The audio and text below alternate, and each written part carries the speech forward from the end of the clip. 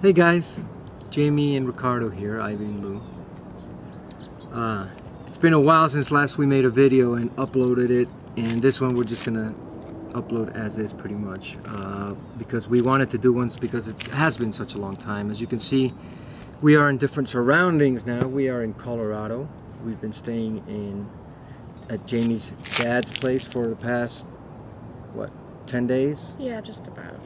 For the past 10 days, and the day after tomorrow we are leaving for Mexico City.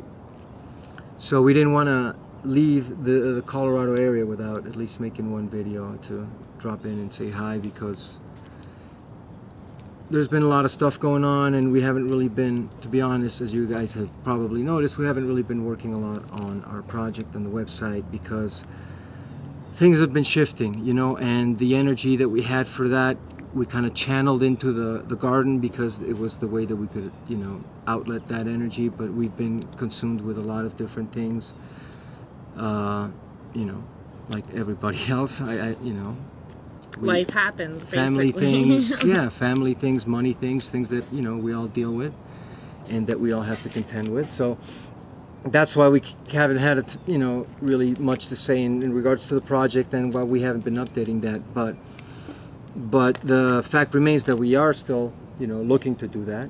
We are wanting to do that. We have really learned a lot from what we did, the little that we did in the garden this spring. You know, I learned a lot. I know Jamie did too, and I really, you know, got a good taste for farming. So we're still on track, and now, like we said, we're 2 days from going to Mexico. I've been here in the States for 5 months, and now Jamie's going to go down to my country for 3 weeks to meet my family and friends. And that's also one of the reasons we wanted to make this video, because it's been something that has been obviously coming up on the horizon, but sometimes that as it was coming up on the horizon, it seemed that it was more looming and pending than anything else. So since Jamie likes to be so open with her feelings, I thought this would be a good avenue for her to maybe share what she's going through in terms of how she's feeling about the trip to Mexico. Yeah, I knew you were going to nail me with that. Thank you. Yeah, I actually have been having a lot of apprehension, you know. At first, when I started talking about everything, you know, and looking into Mexico originally when Ricardo and I met,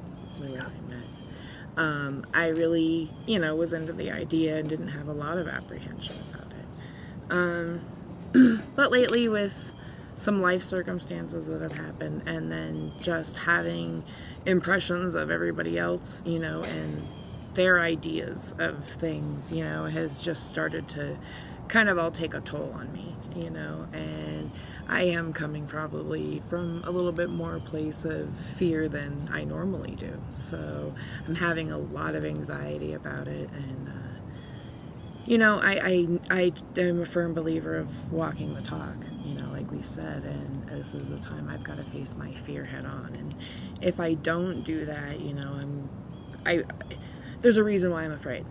Whether it's because something's really going to happen to me, or it's a test to see if I'll still go through with something if I'm afraid. Regardless, there's a lesson to be learned out of it. So, you know, even though I'm as apprehensive, kicking, fighting, biting, punching, pulling, going through the motions, I'm still going to do it, because, you know, that's the whole point of everything. And another thing is after being beat down with so many people's ideas about Mexico being Americans, I think it's time that maybe we give people a different taste of things. It's wrong. It's just as bad as I don't like people saying all Americans are ignorant and, you know, America, fuck yeah, you know, and we're the greatest country in the world. You know, there's a lot of us out here that realize, you know, yeah, we have some good ideas and there's a lot of good stuff about our country, but at the same time, there's a lot of bad stuff, just like there is about any other place in the world. You know, and we all have our struggles as people and human beings, and, you know, the environment that we live in, you know, and, you know, this is a big part of getting rid of that division. You know, we divide ourselves by skin color or by borders or by flags or by all the other various things out there. And it's time that stops. And, you know, if people, you know, do for some reason, you know, at least read the things that I talk about, then this is an experience that I'm doing for all of us, you know, and at least everybody else out there is giving me the balls to face my fear is how I feel right now, because I have been getting a lot of really good support, you know. Yeah, and from people that have been there, from foreigners that have been there and Yeah. have gone through it and are going through it and have done it. And look, I understand where the fear comes from, you know, because you do hear a lot of things in the media. Oh, Mexico is a lawless drug cartel land of... You're going to get beheaded. You're going to get beheaded and you you're gonna can't go end out in up the street. some- You're going to sold for fucking organs, you know, in the black market. You hear all those kinds of horror stories, you know, and you understand why those things get, you know, filtered into the mainstream consciousness. But on the other hand, as a person who's lived there for more than half my life, I know what the reality is, you know, and I know that if you avoid certain situations, which you shouldn't be in anyway, you'll be just fine, you know. But, you know, I understand that. It's also because it's her first time leaving the country, period. It's the first time you've traveled outside your country. I left the country, but to a little tiny border town that was basically like sticking my big toe in the water and coming back. So it was really nothing. So there's also that, you know, because there is fear of the unknown. But the only way to get over the fear of the unknown is to know it. Exactly. And, you know,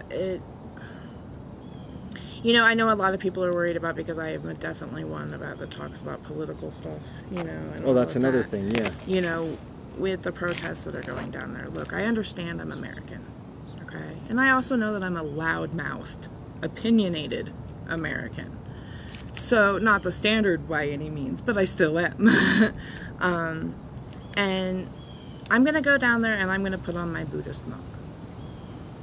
That's my time to listen and learn and to see. And I'm not going to actively act into anything. I'm not going to talk about anything. I'm just going to go to observe, you know, for what I see. And if anything, probably try to stay on the outskirts, just because the passion might get to me. And I think that's another apprehension I have, because I am a people person and I don't like to see what happens to people in the world. And for the first time, I'm actually going to get to see people actually trying to make a difference in a positive manner.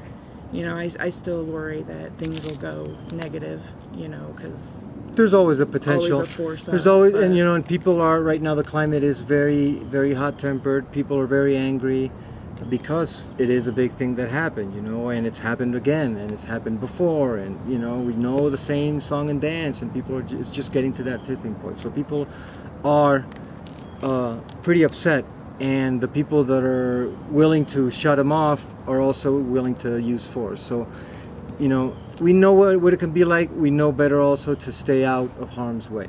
You know, we know that because I've been to these marches in Mexico City, you know, and most of the time it's a family environment. You see families. You see a guy with his 2-year-old on his shoulders, a 5-year-old, and you know, holding hands, and the 10-year-old riding the bike ahead. You know, it's not a crazy, chaotic, looting riot in the street kind of thing. It's actually a very peaceful march, and I want her to be able to experience that too.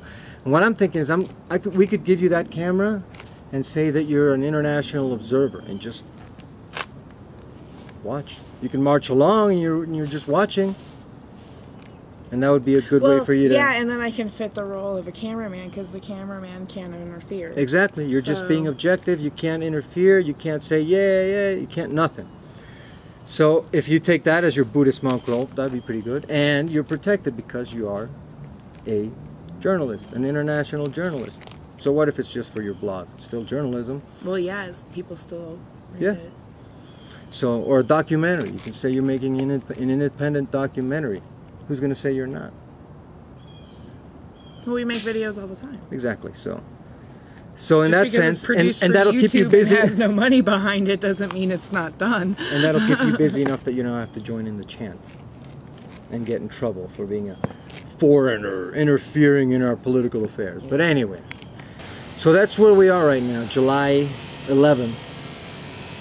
And the next time we upload something, it'll be from Mexico. Well, I think we're going to be uploading this from Mexico because oh yeah, we have a data issue right now. Thank you, Sprint. We have I love you. Yeah. Sprint. This video was not brought to you by Sprint. All right, guys. All right, so we'll see you guys next time, and we just wanted to check in. We love you guys, and we thank you for sticking around through our silence, through our antics, and our antics, and we'll be checking in more frequently. Things are doing something anyway. Yeah. All right. See ya. Peace out.